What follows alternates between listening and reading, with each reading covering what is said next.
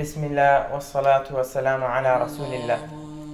برانی بەڕێز و خۆشەویستم، ئەم جاران لە خزمەتانە چەند دقەیەقەیەک باسی فەزڵی سەڵاواتدانەکەین لەسەر پێغەمبەری خوا صلی الله عليه وسلم.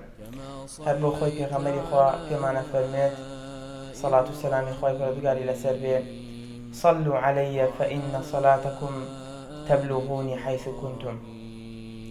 ئەفەرمێ سەڵاواتم لەسەر لێ بدەن، بەڕاستی لە هەر کوێکی ئەم دنیا بن ئێوە سەڵاواتم لەسەر لێ بدەن، کۆمەڵێک مەلایکە هەیە ئەو سەڵاواتانەی ئێوەم پێگەێنێت. وەکو خۆی ئەفەرمێت: إن لله ملائكة سياحين في الأرض. خوای پەروەردگار کۆمەڵێک لە مەلایکەی هەیە کەوا بەسەر زەویە ئەگەڕێن، يبلغوني من أمتي السلام. سەڵاواتی ئومەتەکەی من پێگەێن. جا تۆ لە هەر کوێکی ئەم دنیاە بیت سەڵاوات بدەی لەسەر پێغەمبەری خوا صلی الله عليه وسلم. خوای پەروەردگار کۆمەڵێک مەلایکەی تایبەت کردو بەو سەڵاواتدانە ئەیگەێننە پێغەمبەری خوا عليه الصلاة والسلام. بۆیە بە هەمومان بەخیلی نەکەین لە سەڵاواتدان لەسەر ئەو کەسە بەڕێزە و بەڕێزترین خەڵقا کە پێغەمبەری خوایە. هەر خۆی ئەفەرمێت: إن البخيل من ذكرت عنده فلم يصلي عليه. بەڕاستی ئینسانی بەخیل و چروک و ڕەزیل ئەو کەسەیە کە ناوی منی لەلا باسەکرێت سەڵاواتم لەسەر لێ نادا. بێگومان لەو کەسە بەخیلتر و ڕەزیلتر و چروکتر نییە کە ڕۆژی بەسەرا تێئەپەڕێ، مانگ و هەفتە و ساڵی لەسەرا تێئەپەڕێت سەڵاواتی نادا سەر پێغەمبەری خوا صلی الله عليه وسلم.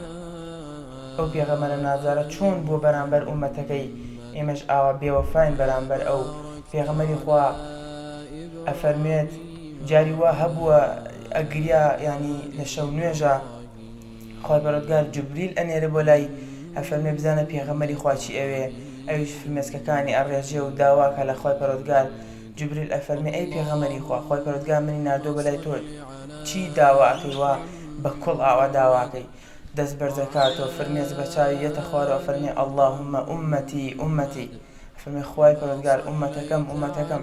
خوای پەروەردگار جوبریل ئەنێرێتەوە بۆ لای، ئەفەرمێ پێی بڵێ إنا سنرضيك في أمتك، من پێی بڵێ من ڕازیەکەم دەربارەی ئومەتەکەی.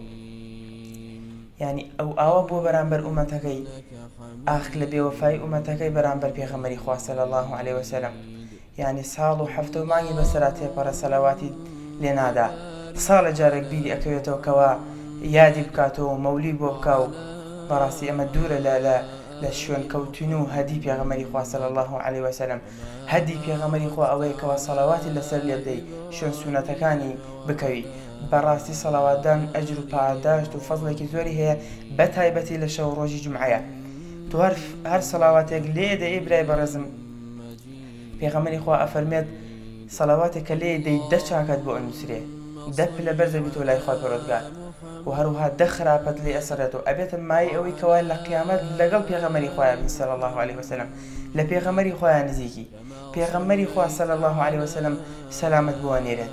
خوای پەروەردگار لای مەلایکەتەکان باس دەکا، خێر و بەرەکەت و ڕەحمەت دائەڕێژێ بەسەر خۆت و خاو خێزان و ماڵ و مناڵتە. ئەمە هەموو فەزڵی سەڵاواتدانە برای بەڕێزم.